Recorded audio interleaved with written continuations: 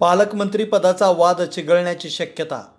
शिंदे सरकारमध्ये अजित पवार गटाच्या अदिती तटकरे यांना मंत्रिपद मिळालं आहे, तर दुसरीकडे शिंदे गटातील रायगडचे भरत गोगावले हे मंत्रिपदासाठी आणि पालकमंत्रीपदासाठी इच्छुक आहेत। शिंदे आणि पवार गटाच्या नेत्यांकडून रायगड जिल्ह्याचं पालकमंत्रीपद मिळावं यासाठी रस्सीखेच सुरू असल्याचं पाहायला मिळत आहे। त्याच दरम्यान आता एक मोठी घडामोड घडलेली आहे। प्रजासत्ताक दिनाच्या निमित्ताने ध्वजारोहण करणाऱ्या पालकमंत्र्यांची नावे राज्य सरकारकडून जाहीर करण्यात आली आहेत। या यादीमध्ये पालकमंत्री नसतानाही मंत्री अदिती तटकरे यांच्या हस्ते रायगड जिल्ह्यात ध्वजारोहण होणार आहे।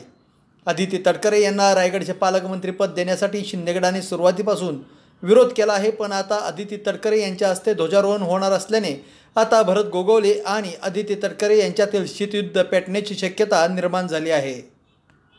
मी शर्वरी, सबस्क्राइब करा तिचा जागर न्यूज, शेजारी दिलेलं बेल आयकॉन म्हणजे घंटी दाबा, जेणेकरून तुम्हाला आमच्या साऱ्या अपडेट्स येत राहतील।